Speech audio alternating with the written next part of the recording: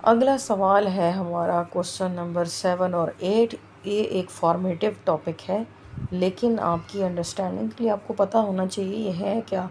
तो आपके पास एक रिएक्शन गिवन है और उसमें से इन्होंने रिएक्टेंट जो है कैल्शियम कार्बोनेट, उसका मास इन ग्राम दिया हुआ है और HCl का भी मास इन ग्राम दिया हुआ है।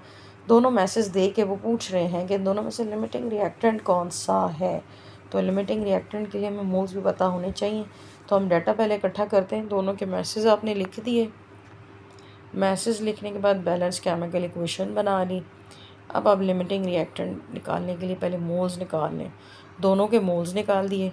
Calculate the moles available for each element. Calcium carbonate का भी मोल निकल आया, HCl का भी निकल आया मास बाय मोलर मास का फॉर्मूला यूज़ करके। अब रिक्वायर्ड अमाउंट जो है रिएक्टेंट की उसको निकालना है, तो वो बेस करता है स्टोशियोमेट्रिक वैल्यू पे जो मोल्स की है।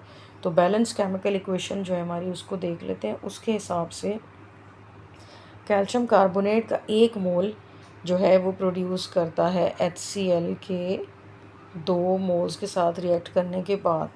ठीक है, जब ये रिएक्ट करता है तो तब बनता है कैल्शियम कार्बोनेट का 1 मोल। इसका मतलब according to this 1 mole of calcium carbonate needs 2 moles of HCl। तो अगर 0.6804 मोल्स हों तो फिर HCl के कितने मोल्स होंगे, इस वैल्यू को 2 से मल्टीप्लाई कर लें, आ गई वैल्यू। अब आप कंपेयर कर लें अवेलेबल मोल्स को। जो अवेलेबल मोल्स थे HCl के वो थे 1.4152 और जो रिक्वायर्ड मोल्स हैं वो हैं जो भी आपने फाइंड किए 1.3608। तो चूँकि अवेलेबल अमाउंट जो है HCl की 1.4 वो ज़्यादा है as compared to that was required. तो HCl जो है इसका मतलब है एक्सेस में है, क्योंकि अवेलेबल अमाउंट उसकी ज़्यादा है, वो ज़्यादा प्रेजेंट है। तो जब वो ज़्यादा है तो ऑब्वियसली कैल्शियम कार्बोनेट जो है वो आपका पहले यूज़ हो जाएगा।